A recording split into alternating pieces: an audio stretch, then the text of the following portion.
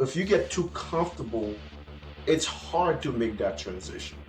I would say when I was working as a manager on this and that, I have responsibility, think you have it all.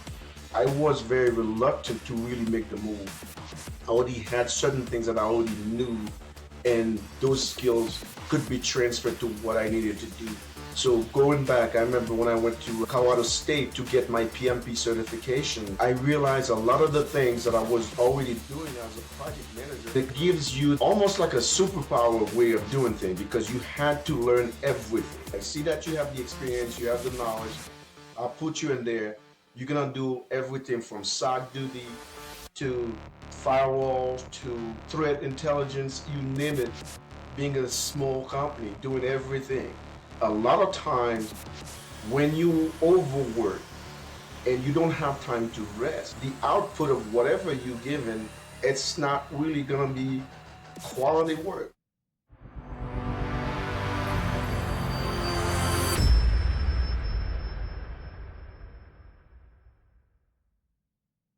Robert, happy Friday. How's it going today?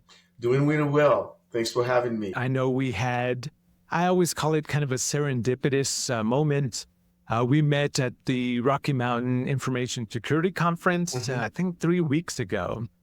And funny story, I wasn't going to go. It was like 10 p.m. Monday night. Mhm. And I'm like, all right, let me sign up and go. So a lot has come out of that, meeting incredible people and now having this opportunity to talk to you about your career, all the great things that you've been doing, and would love to just kind of dive into that. So with that being said, can you just give a quick overview of your background? Certainly, my background is a little bit different than most people in tech and in IT in general. In cybersecurity, I went to college for food science, and interestingly, I was a very good student. Studied food science, and doing a lot of work testing food products.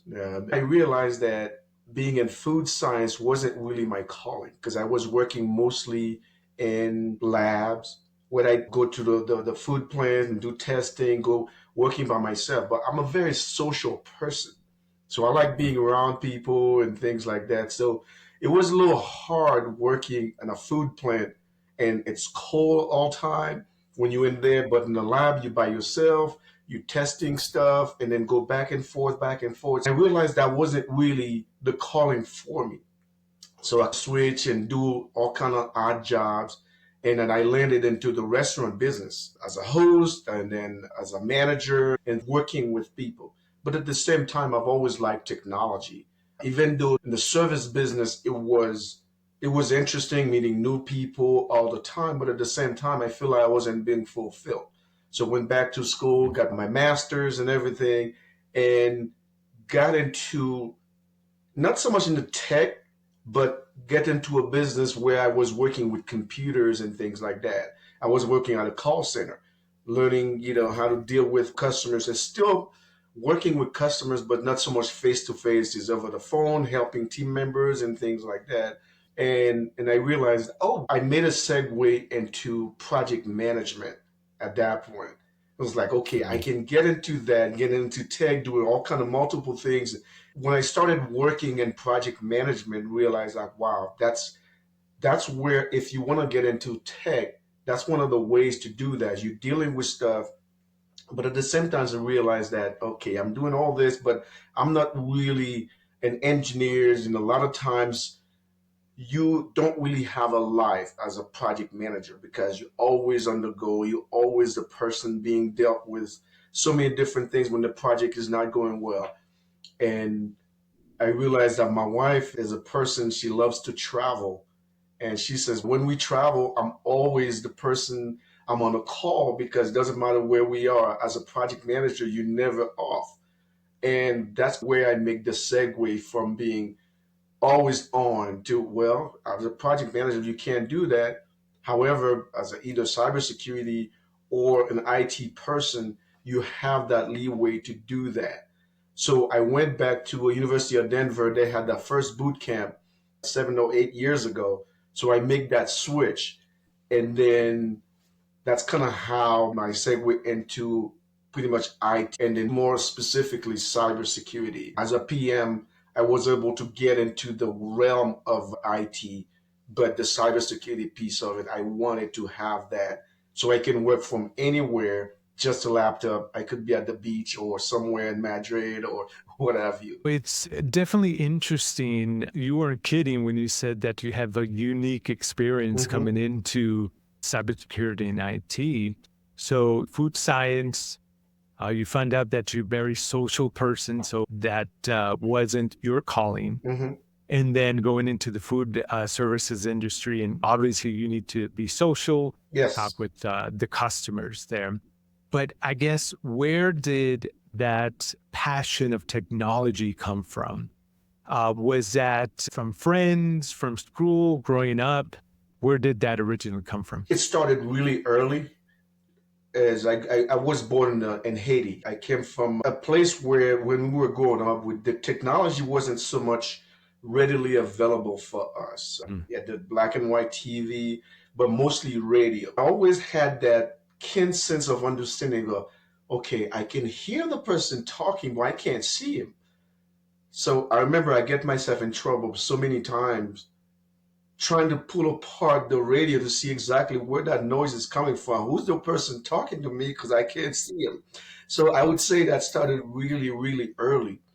I remember also when I moved to this country in the mid 90s and using computers for the first time. Like, whoa, this is an interesting thing. I realized, okay, technology, this particular machine, you can be anywhere, do any type of search, doing all kind of thing. I didn't know, but I thought that that particular machine, I don't think that any of us would be able to work without it. And at that time, as a student, you couldn't even afford a computer at home. It was so expensive. So I remember we had to go to a computer lab to do your homework and things like that. And so I would say throughout the years, I started getting more involved with computer, with technology, having beepers, having all kind of technology gadgets and things like that to make life simpler and everything. I would say it's always been with me throughout my life, wherever I go and things like that, at home, at work, and with families and things like that. So I've always been curious about technology, so to speak. Yeah. And I think you took the word that I was looking for, right? Yeah. Curiosity. Hmm. I think a lot of people in our space that are transitioning or just find that spark Hmm. asking those questions. Radio, something simple as, okay, I don't see them, but I hear them talking. Let me open this up to Hmm. see what is going on. So I really love that curiosity aspect that I think more people should have Hmm. in this world. Just understand whether it's technology or even people. So then you get into PM work, project management work. You said you're always on. And then, that can lead to burnout, that can lead to stress, anxiety. So I want to shelve that for now because I think that is extremely prevalent in cybersecurity. And we'll get to that at a later point. So when you transition into PM, call center, and then now technology, did you have any role models? Did you have any mentors supporting you along the way? I'd say yes. Interestingly enough, my wife has been a very instrumental part of me transitioning, and she realized that I wasn't always happy. You may have sometimes the vacations that you need, you may have, but having to work all the time, being on all the time, and I realized that was affecting our relationship. So she was the first person to really encourage me to move that. And fortunately for me, I have a group of friends that I've known for a long time, and they've worked in that sector for a long time also, telling me, man, you got to make that move. That's where everything is going. Do this, do that. But just like anything else, sometimes if you get too comfortable, it's hard to make that transition. I would say when I was working as oh, I'm a manager, I'm this and that, I have responsibility. You think you have it all. I was very reluctant to really make the move, and it wasn't until they tell me, man, if because you have somebody supporting you and your wife, if you don't have a job right now. It's not like you're gonna be homeless, you don't have anywhere to go. So I had that backing. So it was a little bit easier, even though I was reluctant to really make that move because it's a big unknown because you pretty much For had to sure. start over. And I'm sure we can talk about that a little bit later as far as, when trying to get into the job. But a lot of the experience that I had acquired over the years, some of those things could translate into what I'm gonna do in the new position. I didn't have to start from scratch. I already had certain things that I already knew, and those skills could be transferred to what I needed to do. So going back, I remember when I went to Colorado State to get my PMP certification, I realized a lot of the things that I was already doing as a project manager, I just didn't have a term for them, but I was already doing them and realized even at home, you are a project manager. When you have a Mhm. honeydew list and things like that you have to do, okay, let's fix the garage, let's rearrange things, let's change the kids' room, whatever that is, you are Right. already doing the PM work. You just didn't have the way of doing it the way the PM way, the PMBOK tells you, the book tells you. You didn't have that. But you already have those terms. You already knew what it takes when you're cleaning the backyards or what have you. All those skills now has a name. They all have a name, which they didn't have for you before. So that's kind of how I saw it. Yeah. No, that's definitely a valid point. So Mhm. then let's talk about your first role in cybersecurity. What was it? My first role, interestingly enough, was as a they hired me because they saw my PM Mhm. experience and there was a vulnerability management work that needed to be done. I would say that particular job was what 6, 7 years ago was actual cybersecurity, even though it was undercurrent of PM because I had that experience. So I had 7 team around the world I was dealing with doing the vulnerability management for them. So we do the scanning, and I had a team in India, in Singapore, in Thailand. The beauty of that for me was I was knee deep explain to them, do the research, let them know what the vulnerability were, when you guys gonna fix it, etc., etc. So I had to put my project manager hat on to help them get to where they needed and sit down with every team every week from different countries. Sometimes I had to work different hours. For instance, Right. right now, if it's 9 o'clock in the morning here in Denver, in India it's 9 p.m. So there's no way at nine in the Wow. morning I'm gonna get with them. So I had to sometimes work one time a week for an hour at 9 p.m. at night at my time, so I can Mm. meet up with the team and help them and answer questions that they have and what time frame they have to fix the issue. If it's something that's critical, when can they fix it within 72 hours that we give them? It was really a good transition for me because I had the training at University of Denver, but at the same time, it was kind of a hybrid project management role, helping the team. And I think I did that for about 2.5 years. That was Mm. really a good wake up call for me getting into that because there's a lot of stuff that you learn in school, but you didn't know. But at the same time, when you keep learning, having good people around you. Fortunately for me, I have a lot of friends that have been in the business already that have been doing it. So they help me Mm. find the tools to really get job done. Yeah. No, that's awesome. And then we might not have all the answers, Yeah. and that's okay. And Hmm. then asking for help. It seems now, at least in society, being vulnerable, not having all the answers, that makes us weak. But acknowledging that's not a matter of weakness, but it's like, hey, I need help with X, Y, and Z. And having that supporting cast is always crucial to be successful. I appreciate you providing that background. So from there, did you transition to another a cybersecurity role? Yes. After that, I transitioned into a cybersecurity engineer where it was me and my boss, pretty much. The two of Mm. us. It's just like, okay, I see that you have the experience, you have the knowledge. I'll put you in there. You're gonna do everything from SOC duty to firewalls to threat intelligence, you name it, being a small company, doing everything. And it gives you almost like a superpower way of doing things because you had to learn everything. So moving to that role kind of helped me get everything because I went from a place from a big business where you have a department for almost every. You have a team that does vulnerability. You have a team that does threat hunting. You have a team that does the scanning. You have a team for everything.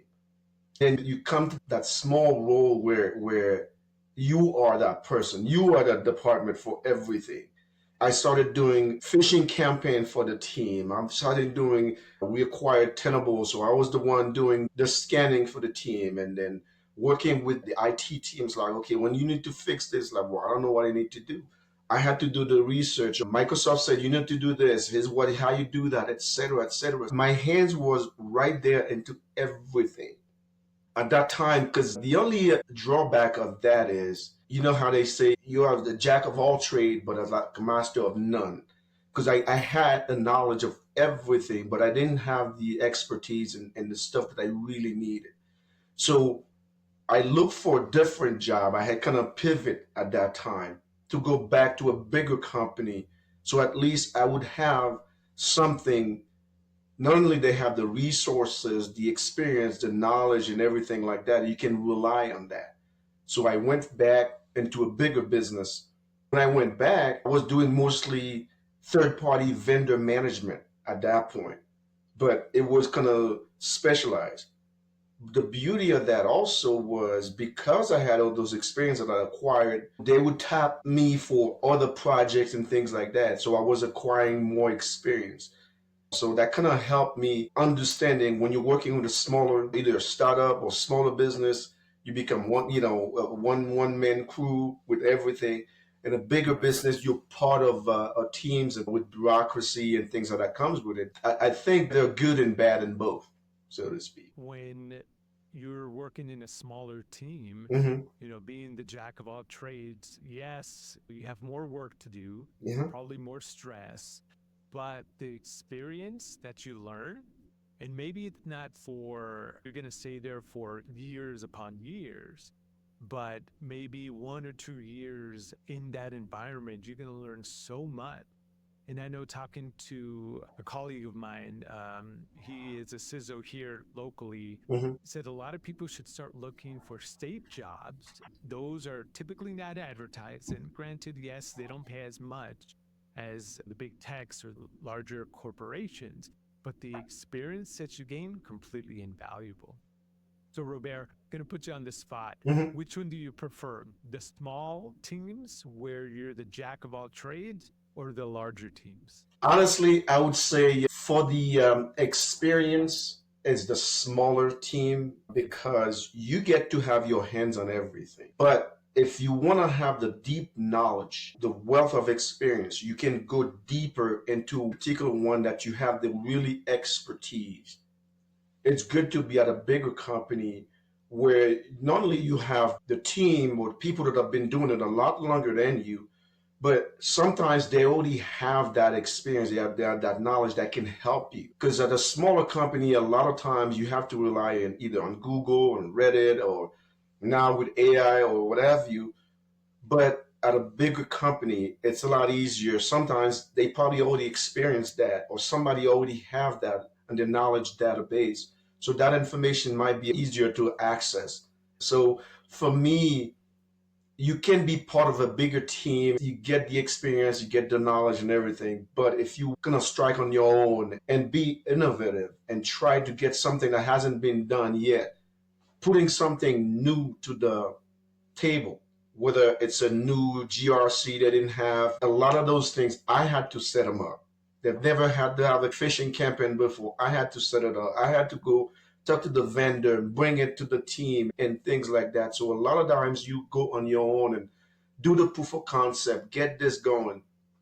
A lot of times in the bigger thing, they have a procurement team that can do all that for you. There's pros and cons in both of them. So if you have the opportunity to do either one, try both of them. I would say go ahead and try that because you'll learn a lot. You have valuable experience. Definitely a fair statement. So I want to backtrack a little bit on what we talked about earlier. You talked about being a PM, Mhm. project manager, and always on. So within our culture of cybersecurity, there's a lot of burnout. There's a lot of mental health issues. We can definitely touch upon the reasons for that, but how do we break out of that cycle within cybersecurity? And to add another layer, IT and cybersecurity companies have been laying off these past 2 years. Maybe they overhired during COVID. Maybe the economy was in a better position than Mhm. what it is right now. How do we balance the work that needs to be done in protecting pretty much our data that we've entrusted companies to protect, but also balancing that mental health and taking breaks every now and then? Well, that's an interesting question. I've looked at it in the sense that you cannot live for work. What I mean by that is, especially in this country, everybody, whenever you meet somebody, the first question you ask, what do you do? Because that's the way it is. And I think we need to kind of move away from that because, well, not so much moving away, but in the sense that having a life outside of work is really, really important. Having the work life balance to me is important. That's the reason I made that move. I remember my wife, she was fortunate enough to have this job where she has unlimited vacation. And I'm telling you, it's just like a lot of companies are doing that, thinking that most people, especially in this country, don't even take vacations. Sometimes they're just like, man, I don't have time. I got so much to do at work. And I've been fortunate, the jobs that I've had over the years, they force you to take vacations because they understand that. And unfortunately, some companies don't understand that, and people burn out. And a lot of times, when you overwork and you don't have time to rest, the output of whatever you're given, it's not really going to be quality work. So, for me, the importance of taking time off for mental health, for relaxation, going somewhere else is paramount. So that's why every time we get a chance, we do 2 or 3 trips abroad every year. We go places, try learning different languages and things like that. You say you run. I'm a runner also. I love to run and things like that. Do so many things to keep us away from always being on all the time. And I used to be that person where I'm always on. And I think there's this anxiety, like you said, if I don't do it, there's somebody else that's going to do it in my place. So therefore, if my boss asks me to do that, I have to do it. I don't know if it's because either we have the imposter syndrome where maybe I'm not good enough, so they're probably going to replace me. So therefore, I have to be on all the time. And that makes it a little difficult for some people to turn it off. And when your boss texts you at midnight, I was like, I have to respond right now. Like, no, this is your time off. You're on vacation. You Yeah. shouldn't be answering your phone. You shouldn't be answering texts. And the business should know that. It's a very hard thing to do for most people because it wasn't easy for me to do. When I was a PM, I realized that I remember we were in Spain. I'm getting texts and you get 8 hours difference. I got to answer that. My wife didn't know. Did you put somebody, you have somebody supposed to be replaced you? Yeah, that's that person asking me. It's like, that's going to have to wait for Mm. 10 days or whatever. So it was hard for me to unplug.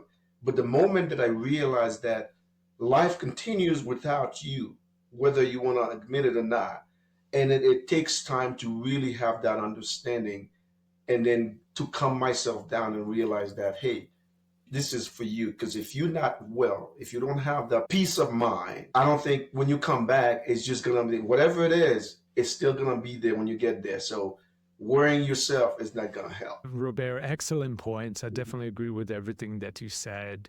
At the end of the day, yeah, the work is still going to be there. There's always going to be new fires that we're going to put out. Mm-hmm. Another interesting thing that you said is you leave, you're going to put somebody in charge or acting role to make sure everything is running smoothly. And I think this is an opportunity for those individuals. It's building trust to say, look, I trust you Yeah. to handle everything. And if you don't, not going to be the end of the world. Let's look at all the issues. Why wasn't a project done or why wasn't this done? but it's going to be a learning environment. I think everybody in this country is just super scared. And I know I started off with the layoffs. Obviously, people affected by layoffs, that adds another burden, another stress that we might not be accustomed to. But what about the people that remain that were not laid off? Mm-hmm. Now they're going to be looking behind them to Exactly. see, okay, am I next? Mm-hmm. And more than likely, the company's not going to fill those positions. So then now they're doing double or triple work. So then that again leads or exacerbates burnout and the mental health. And the other key point that you said is when we're not at our best, our output will not be the best. No, no doubt. So Mm-hmm. so everything I definitely agree. I know one of my earlier guests, she talked about mental health, and that's, I think, a vital key component, just as important as vulnerability management, threat Mm-hmm. intel. We need to make sure that our well-being from a nutritional perspective and exercise. The food in this country, it could be delicious at Yep. one point, but there's consequences, right? Indeed. When you're not Indeed. moving. I want to pivot, or I guess before we pivot, what has surprised you about cybersecurity as an industry? There are quite a few things, but the main thing for me is how much the stuff that you're doing there are stuff that mostly that you already have the experience from somewhere else. That's my experience. That's true. You're gonna do vulnerability management. You're gonna do vendor risk management or third party, whatever that is. But having the experience as a PM was the first thing that I used those things a lot in Mhm. cybersecurity. Understanding whatever you're doing right now, what are the consequences for other things? If you're looking at this, it's not always what you see in front of you. It's what either already happened or what will happen in the future, having a good synopsis of the situation, so to speak. So that was the Mhm. first thing. The other thing too for me is how hard is it for people to get into cybersecurity? I've seen a lot of times people that are in the realm of cybersecurity, it's either when things were really easy, we needed people to put them in cybersecurity, they put them there, but I don't think they really have the skills or the knowledge. I've seen a lot of nepotism, so to speak, for what I've seen over the Mhm. years. And the people that have the really the skills, that have the experience, that could do the job, a lot of times they can't get into it. So I've seen that a lot, where, oh, I'm the CISO of this, I'm the manager of that, I'm the director of this. How'd you get there? So if my friend went to college together, I studied, it's not because I'm putting down, liberal arts or history or anything like that. To me, you have to have an open mind. But I've seen over the years people in position of power, and I don't think they really take the time to experience, to understand, have the forethought or thinking of, almost like when you're playing chess, like three, four, five, six moves ahead when things are Mhm. happening. But hey, you know what? I know you and everything. I'm just gonna bring you in, and we'll figure it out. So these are the stuff that I've seen, and people that really want to learn, want to really contribute, and then sometimes they don't get the opportunity. So over the years, these are the stuff that I've seen in cybersecurity. Let's break that down a little bit further, Hmm. Robert, because I really like where you're heading with this, especially the nepotism and bringing in people that might not have the skill set, but it's a family member, Hmm. friend of a family. It's really fascinating. And I would argue it's not only cybersecurity, it happens in finance and happens in every industry. Indeed. So right now, I think our industry, we are having a massive layoff, Hmm. and the job industry or just jobs in cybersecurity, very difficult. I've been talking to a lot of people. I'm building on my network in Chicago, Seattle areas, and I'm hearing just a lot of people putting in hundreds of applications Hmm. and no interviews, or maybe one or two interviews. If somebody comes to you and asks, how do I get into cybersecurity? How do you answer that? How do we increase that diversity of thought that we desperately need in our profession to bring in more people based on what I've seen and what Hmm. I've read? Um, Everybody talks about there is a talent shortage in cybersecurity. I do not agree with that. There are more than enough people that are being trained either through the education or certifications that can make a tremendous positive impact in our industry, but they're not being hired. So, with that being said, if somebody comes up to you and asks, how do I get into cybersecurity? How do you answer them? Oh yeah, that's I like that question because I've done it many times. The first thing I always tell any newcomers, whether you've done anything with IT or cybersecurity before or not, the first thing for me is find your local associations, a group or meetups and things like that, because those ones are the first one to help because they try to shepherd you and try to bring you in, whether it's ISSA or ISACA or OWASP or CSA, all those groups. They always have meetup, and most of the time it's free. You go there, you meet people, you interact. They'll tell you, they'll probably share experience how they get themselves into that. That's the first entry right there. Because a lot of times when you go to those meetups, they're looking for people to begin with. My company is hiring right now. I'm going to put a word for you and let them know about this. That's the easiest way to get there. You already put a face to that person and you have somebody to vouch for you to begin with. So that's already a good way of doing it. And the other Right. way I'll tell people also, if you already have a job, see if you can get a lateral move while you already at the company. That if you can't get that, at least see if you can do. I don't know if it's what if you call it an internship or side by sides. Even after hours, meet with somebody that's already working in that department. Talk to the manager. Hey, how is it for me to get to do that? Another way also, if you can get into a help desk position. Now, if you're brand new, if you're younger, that's the easiest way to do things. And Right. the biggest problem I have, and I think you and I brushed up on that the first time we met, where you already have experience in one industry, and then a lot of people are looking for entry level positions. It's like, no, I hate that. Like for me, I was a PM. I already had tons of experience in one industry, and then taking a demotion to entry level position, which nowadays almost like unicorns, they almost don't exist anymore, I would say. So to me, the best way to do, see if you can get into GRC, for instance, governance, risk, and compliance. A lot of times it's not that technical to begin with, but it's still part of that. If you like to read, if you like to do research and things like that, and threat hunting, there's so many different ways you can get to that level into the cybersecurity. To me, these are the stuff that you can do. And then the one last thing I'd say also, use a recruiting company. A lot of times, the jobs that are posted, they don't want to hire outright. But if you accept to be a contractor through a recruiting company, and if they like you, then you can apply for that. It could be a springboard to get into cybersecurity. To me, these are the stuff that you definitely have to do and helps you stay connected also. I love those tips on how to get into our industry, Robert. Mhm. And the other thing that you mentioned is transferable skills. I've been noticing within our industry, there is gatekeeping, right? There is that unicorn mentality. Mhm. And I guess before I go deeper into that, where do you think that came from? Why are we looking for these unicorns?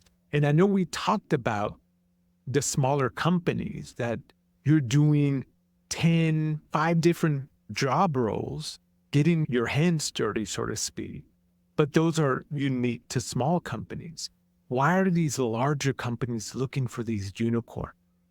The only thing I can think of is in IT in general, most people I've realized would work in IT, not all, but generally they're very either a lot of them are introvert to begin with, so they like doing stuff. They don't want to be bothered, and I Hmm. see that also a lot of the people I've met doing projects and things like that.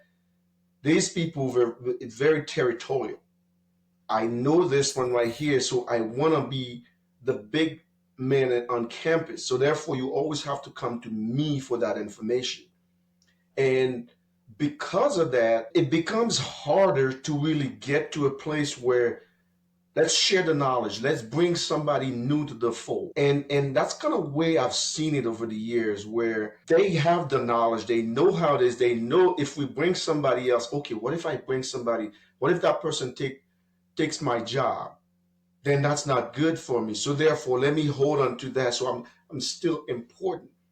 And you see Right. that sometimes people won't give you the promotions because if I give him that promotion, if he come there, if he knows too much, then I might be obsolete, then he might take my job, etc. So I don't know if that's a fear or so I'm still the center of attention and things like that. I don't know if you see it like that, but that's my feel for that.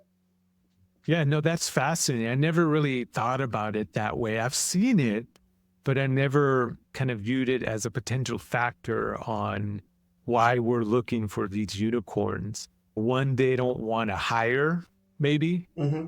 multiple people and just hire one person that they're going to be doing 10 different things, right? 10 different roles. That's been my perspective. But a quick story on what you mentioned about transferable skills.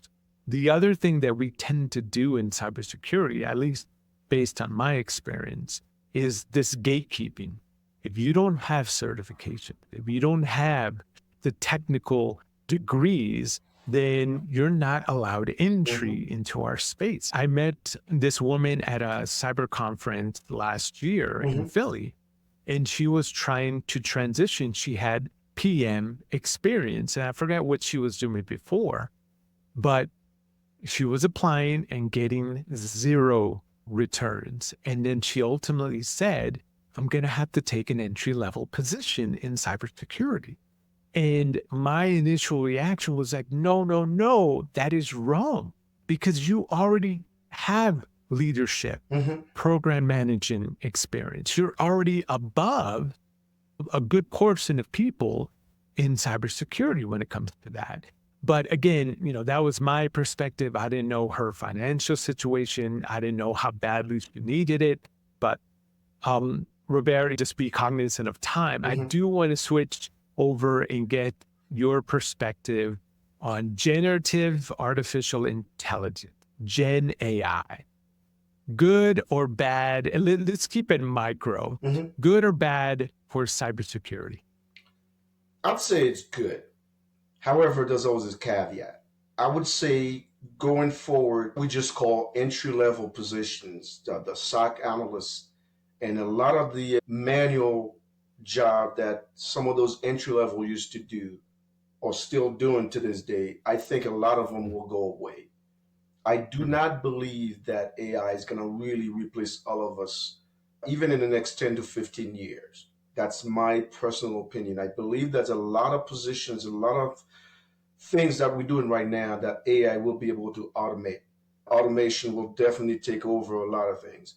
But I believe if you're going to be doing more sophisticated, like threat hunting and things like that, we're still going to need people to do a lot of the jobs. It's true, AI is ubiquitous, and I think we need to embrace it. And if we start fearing it, it's just like back in the days. If your job was doing buggies or what have you, there's new Mhm. tools that's coming every time. For instance, people are fighting new technology, whether with gas and renewable energy and things like that. It's here to stay. Embrace it. To me, the easier people to adopt technology, they have an easier time than people that are fighting it. Early adapters always have an easier time with technology than people that are fighting it. Yeah, no, that's so true. I know I'm probably going to get the dates wrong, but I did see a video of a horse and buggy. I think it was after the automobile was introduced. So I know the dates are wrong. So let's just say it was 1912. Okay. And it was a street, I think it was New York, and it was just a sea of horse and buggies in one car. Yeah.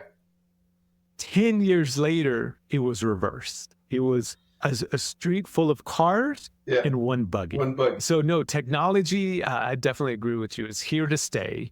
For those that fear it are definitely going to miss out, right? There's nothing to fear Hmm. technology. We need to make sure that it's equitable for all, Indeed. making sure, in this case, valid data is being incorporated, not only pockets of data. And what I mean by that is not one history of data.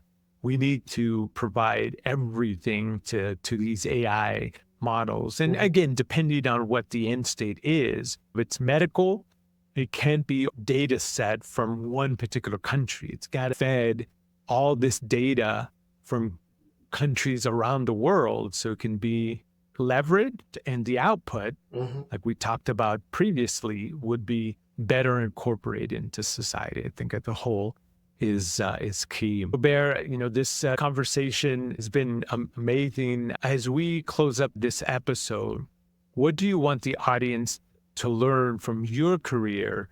I would say a lot of times we think that we should go from point A to B, and then it's a linear trajectory. It's not always like that. And like I said, my experience, my trajectory has been almost a zigzag. I went to this, I did that, I did this. Because some people have a clear and concise lines like, I want to do this, that's what I want to do, this is where it's at.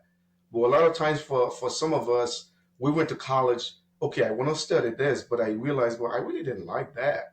So think of it, it doesn't matter if you're already in your 30s, 40s, and 50s. You can still make a career change. You can still try to do something different. As long as you realize that, okay, at this stage of my life, this really would be good for me and my family.